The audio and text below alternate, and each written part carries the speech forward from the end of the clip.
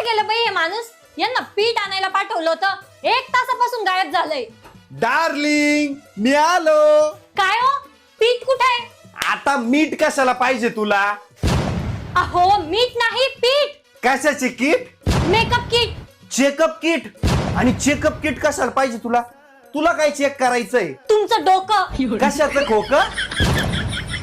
अरे बहिऱ्या, पीठ कुठे आहे, पीठ? अच्छा पीठ का? मग तसं सांग ना. अगं पीठ आहे ना गिरणीमध्ये.